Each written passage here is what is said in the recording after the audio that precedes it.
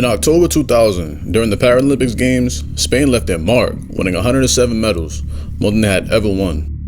Their basketball team, full of intellectually disabled players, were especially dominant, winning every game by a minimum of 15 points on the way to a gold medal. It was a moment for the ages. They brought pride and joy to their country, and they served as an inspiration for disabled athletes all over the world. But, spoiler alert, they weren't really disabled. Because of one man's greed, a team full of accountants, lawyers, and doctors who happened to be good at basketball pretended to be intellectually disabled, all to cheat the system and bring Spain a gold medal. The victories, the accolades, all of it wasn't real, and soon turned into unnecessary embarrassment as one of the biggest cheating scandals ever was revealed.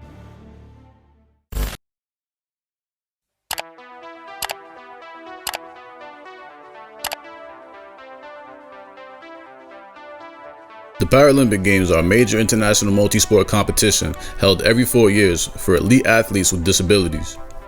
It runs parallel with the Olympics, usually being just a few weeks later.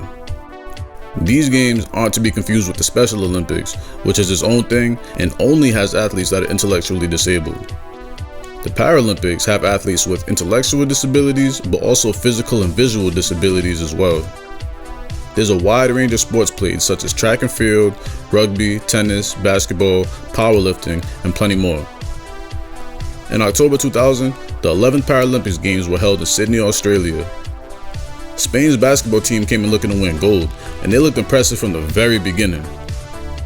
In their first game, they beat Portugal 73-58. Then, the next game, they beat Brazil by 46 points in a 94-48 victory. Just when we thought they couldn't look any more dominant, they beat Japan 87-20. They're completely crushing these teams, and it's clear that there's some kind of advantage. In the semifinals, they beat Poland 97-67, and in the finals, they would go up against Russia, who was the favorite to win the entire tournament. Well, they would beat Russia in yet another blowout, winning 87-63 and taking home the gold medal. This would be a major win for Spain, as this would bring the total medal count for the Paralympics to 107, landing them in third place behind Great Britain and Australia. With this big win, it was time to fly back to Spain for the celebratory parade, but the celebration was short-lived, because just days after the Paralympics ended, it was revealed that their disabled basketball team wasn't what they claimed to be.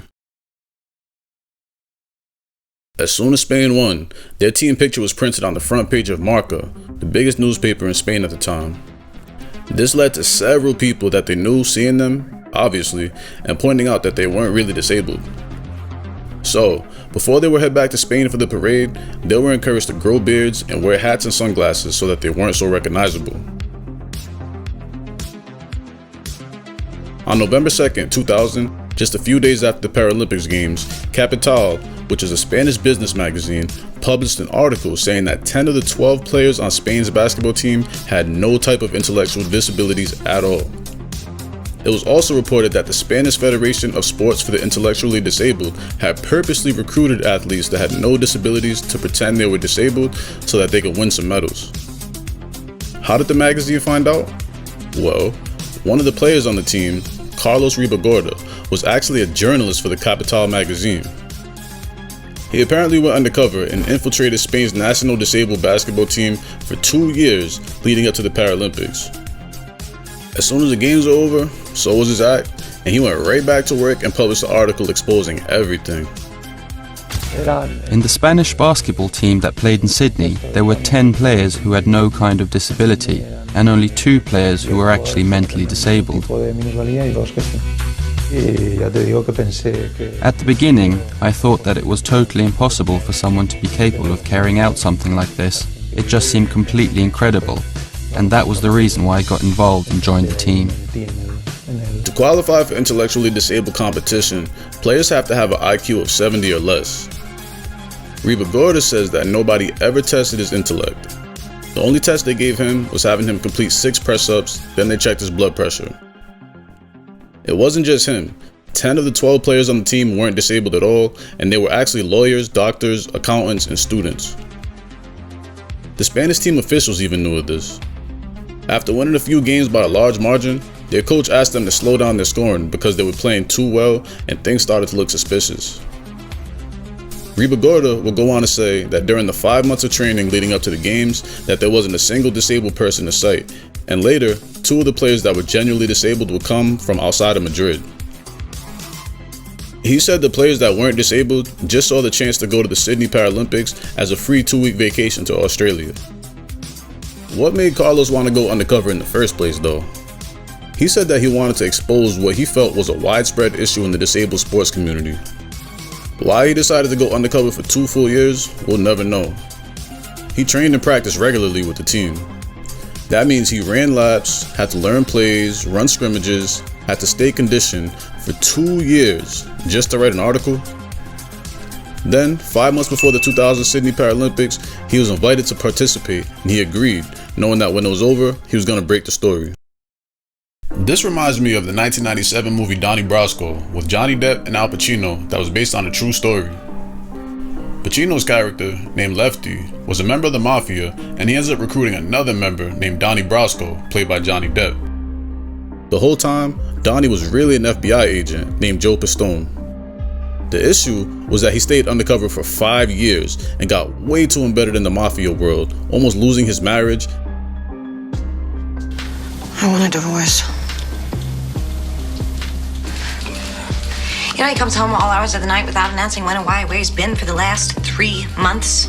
And actually building strong bonds with the same members that he was supposed to take down. When the FBI stepped in and ended the operation, over 200 arrests were made. Brasco did all this and was only given a $500 reward by the FBI. Allow me to present you with this medal and this check for $500. Hold the check up. Congratulations again, son. It raises the question, is this what happened to Carlos? It's hard to believe he was on a basketball team for 2 years and didn't build any bonds with his teammates. And then, why even go to the Paralympics? Once he was invited and they didn't test him for eligibility, he could have just brought that news back to the magazine and run the story. Was he a hero, or was he just a really good journalist that was in too deep? Why did he choose to take a spot on a team that could have been reserved for someone who was actually disabled? They actually asked him this question, and his response was that if it wasn't him, it would have just been another player that didn't have a disability, and it was the only way he could be certain that the president of the federation would lose his job. Look, if I hadn't gone, then just another player without any kind of disability would have gone. It wouldn't have been a disabled player. It is very clear to me that this was the only way of demonstrating that the president of the federation would resign in 8 days. When it came to finding out who was the mastermind of this whole plan, fingers began to point at the president of the Spanish Federation of Sports for the Intellectually Disabled, Fernando Martin Vicente. Vicente, being the father of a disabled child, started the International Association of Special Sports in 1975, also known as ANDI. This was a non-profit that was dedicated to disabled sports. By 1995, as the non-profit grew, so did Vicente's wealth. After a while, his wealth began to raise eyebrows when he reportedly bought himself a yacht, 8 cars, 5 houses, and multiple pieces of land. Spanish newspaper El Mundo tried, but they failed to prove that he stole up to 5 million euros from the non-profit.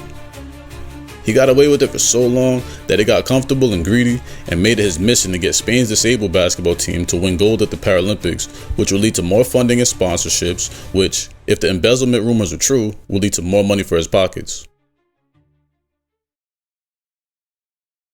When everything was revealed, the International Paralympic Committee came in and investigated everything.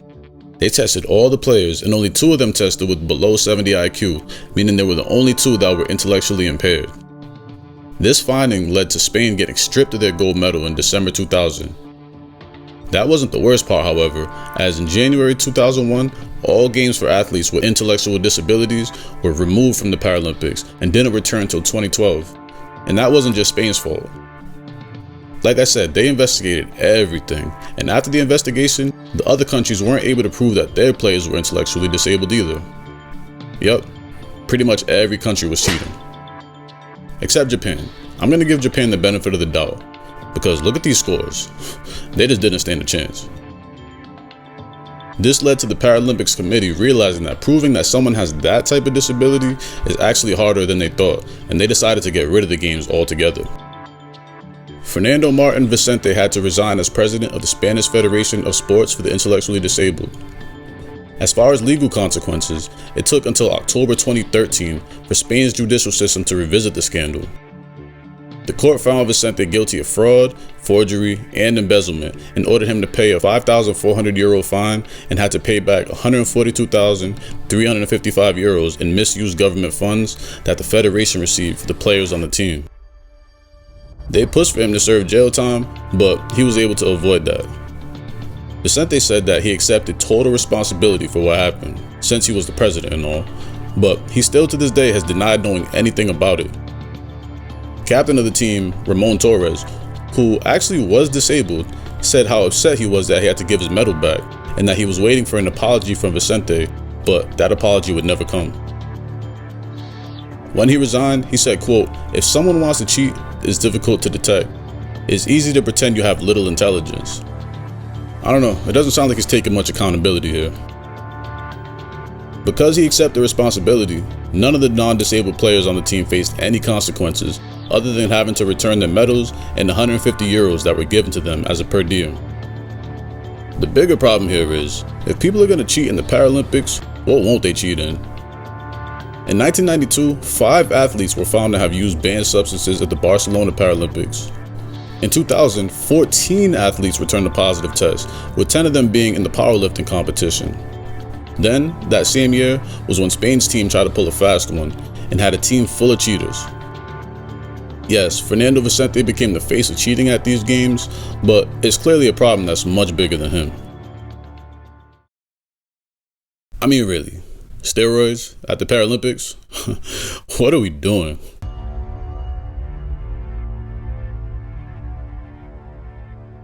This is Sports for Days. Stay tuned. We have more on the way.